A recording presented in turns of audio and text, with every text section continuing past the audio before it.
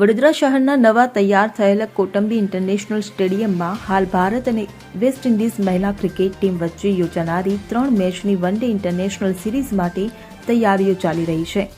આગામી 22 ડિસેમ્બરથી શહેરના Kotambi international stadium ખાતે ભારત અને વેસ્ટ ઇન્ડિઝ મહિલા ક્રિકેટ ટીમ વચ્ચે વન ડે ઇન્ટરનેશનલ સિરીઝ રમાવા જઈ રહી છે, જેને લઈને આગામી 20 ડિસેમ્બરના રોજ સાંજે બંને ટીમ મુંબઈથી વડોદરા એરપોર્ટ ખાતે આવી પહોંચશે, જ્યાં તેમનું BCAના સત્તાધીશો દ્વારા સ્વાગત કરવામાં આવશે.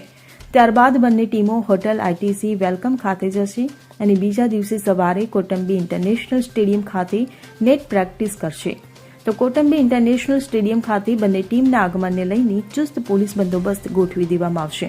પ્લેયર અને મેચ ઓફિશિયલ એરિયાને BCCI પોતાની અંડરમાં લઈ લેશે અને આ એરિયામાં કોઈને જવા દેવામાં આવશે નહીં. બંને ટીમ નેટ પ્રેક્ટિસ બાદ હોટેલ ITC વેલકમ ખાતે જશે.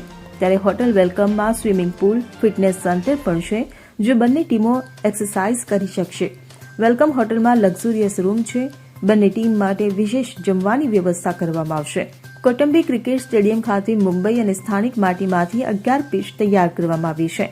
આ ઉપરાંત સ્ટેડિયમની બહાર પણ પ્રેક્ટિસ માટે 25 પીચ તૈયાર કરવામાં આવી છે, જેમાંથી 4 સિમેન્ટ પીચ છે. આ સ્ટેડિયમની 32,000થી વધુ પ્રેક્ષકોની કેપેસિટી છે. અહીંની પીચ રેડ સોઇલ અને બ્લેક સોઇલથી પીચ તૈયાર કરી છે અને ઇન્ડોર અને આઉટડોર નેટ્સની ફેસિલિટી છે. Bureau report CN24 news. હવે જુઓ દેશ દુનિયાની તમામ ખબરો તમારી આંગળીના ટેરવે.